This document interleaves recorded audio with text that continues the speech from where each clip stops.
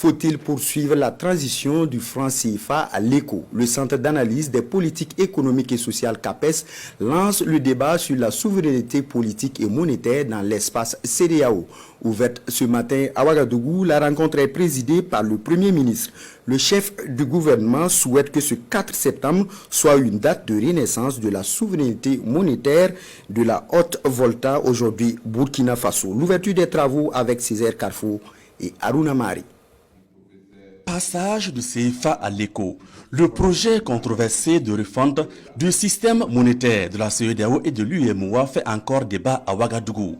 C'est le CAPES, le Centre d'analyse des politiques économiques et sociales, qui engage la réflexion à travers cette conférence internationale.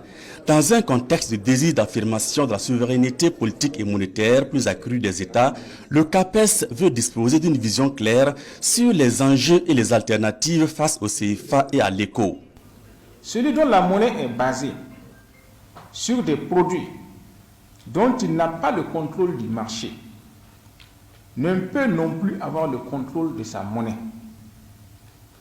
Dans nos pays, nos richesses sont constituées principalement de matières premières minérales et aussi de matières premières agricoles.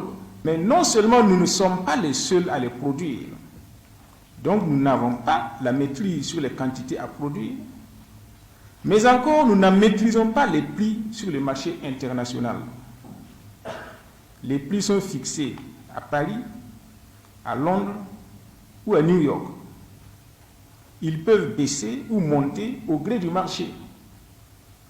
Dans ces conditions, il est difficile d'avoir une monnaie stable basée sur ces produits à moins de chercher une autre garantie.